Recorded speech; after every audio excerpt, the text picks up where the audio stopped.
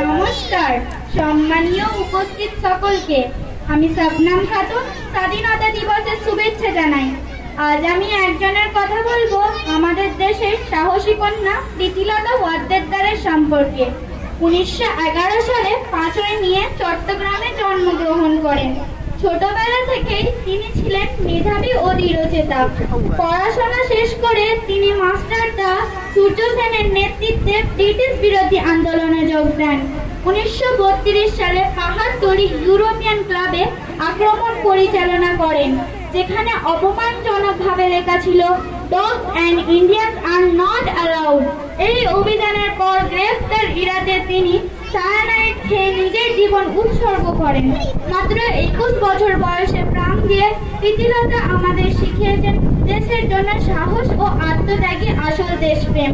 আমরা চিরকাল তাকে শ্রদ্ধা ও ভালোবাসায় স্মরণ করব।